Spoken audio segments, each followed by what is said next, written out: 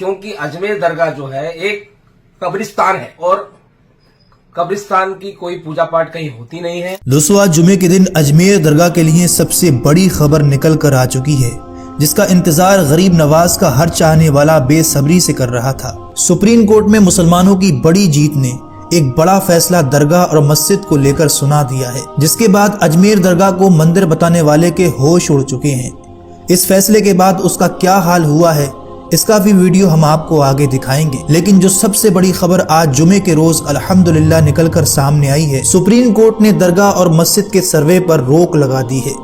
Supreme court ने कहा है कि अब कोई दरगाह और मस्जिद का सर्वे नहीं होगा। जो हर रोज जगह जगह दरगाहों और मस्जिद के नीचे मंदिर होने के दावे किए जा रहे थे, अब इन सब पर रोक लग चुकी है, यानी अब नहीं होगा किसी मस्जिद मंदिर का सर्वे।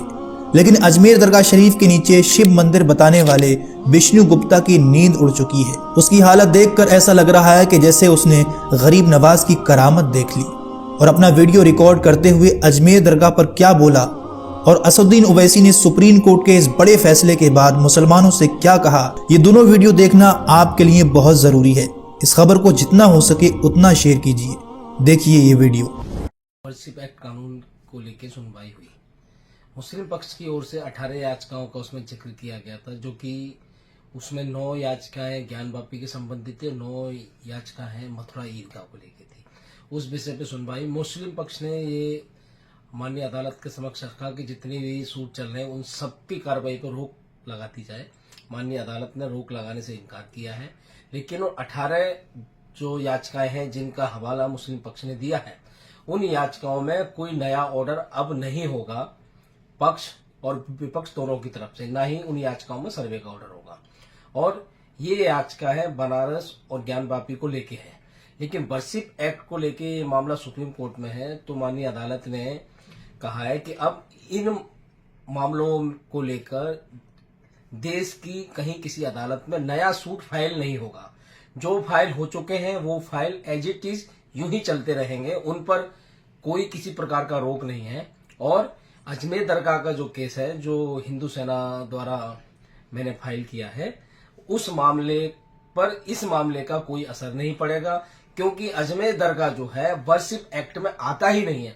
क्योंकि अजमेर दरगाह जो है एक कब्रिस्तान है, क्योंकि और कब्रिस्तान की कोई पूजा पाठ कहीं होती नहीं है, इसलिए वर्शिप एक्ट में ये नहीं आता है।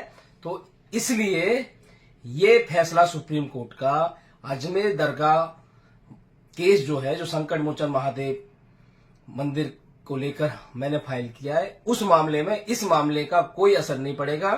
20 तारीख उसमें अगली सुनवाई है, उस पर सुनवाई होगी और हम सर्वे की मांग करेंगे।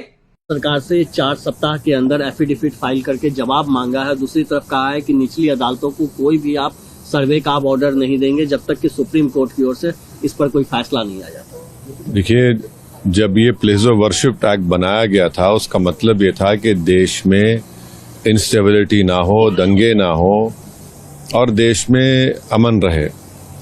अब हम जो देख रहे हैं, खासतौर से संभल में जो हुआ, जिसमें एक ही दिन में केस फाइल हो गया और 1.5 घंटे के अंदर ऑर्डर भी मिल गया, सर्वे हो गया, फिर दूसरा सर्वे हुआ, उसके नतीजे में हम देखते हैं कि हिंसा हुई और 5 बेकसूर मुसलमानों की वहाँ पर पुलिस के जरिए हत्या कर दी गई फायरिंग में।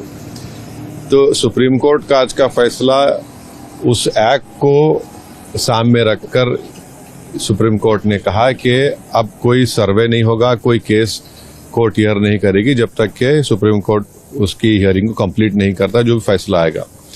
तो ये बिल्कुल सही है। ये बार बार कोर्ट को जाना कि यहाँ पर मस्जिद नहीं थी, 500 साल 600 साल पहले ऐसा हुआ, बिल्कुल गलत है। पार्लियामेंट का एक्ट है और भारत सरकार को, मोदी सरकार तो रिप्लाई डाल ही नहीं रही अपना, उनको रिप्लाई डालना चाहिए।